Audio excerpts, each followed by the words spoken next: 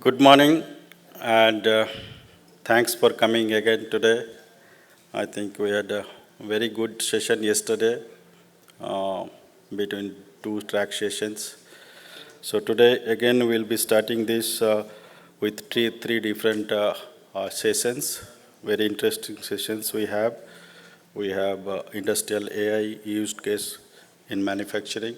Then we have software-defined application and AI, and then after lunch we have a very big session on open process automation.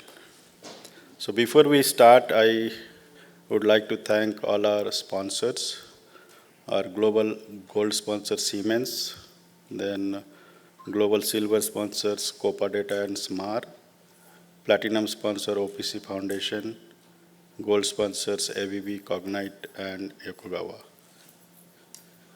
Also, I'd like to thank all our media sponsors and industry association sponsors.